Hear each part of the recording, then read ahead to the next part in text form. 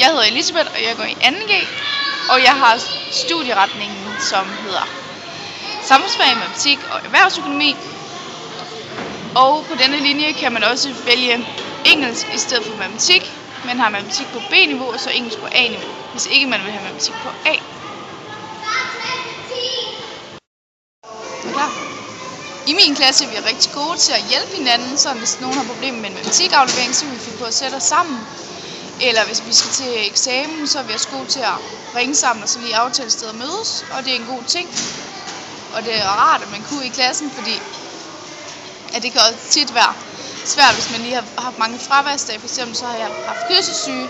Så dengang vi skulle til eksamen i 1.G, var det rigtig rart, at der var nogen, der ville hjælpe mig. I 1.G var der ikke så mange lektier, som der er her i 2G. Og heller ikke så mange afleveringer. Og ja, det kan man sagtens klare, hvis man gider at prioritere sin tid. Man kan stadig gå til fodbold, håndbold og hvad man ellers vil. Men man skal huske at prioritere sin tid. Så. Til sin tid? Sluk.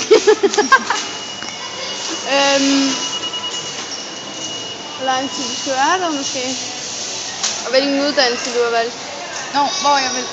Okay, jeg drømmer om at blive sygeplejerske. Jeg kan sige, jeg drømmer om bare sådan start sådan, ikke? Nej, stop på starten. Sådan. Jeg fortæller, hvad du drømmer om, og hvor lang tid du skal gå der sådan noget. Det havde jeg. Ups. Klar nu? Ja. Så det er nok det 2 minutter her næsten hårdt, jeg har ikke stoppet.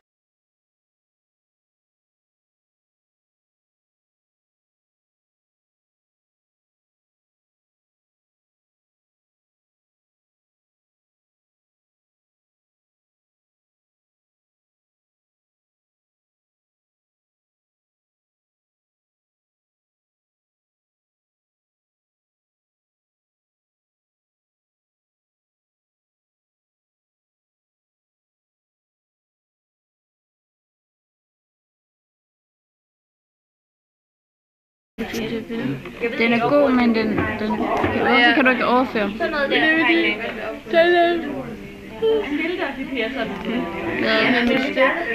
Nu gider den. Gør det godt.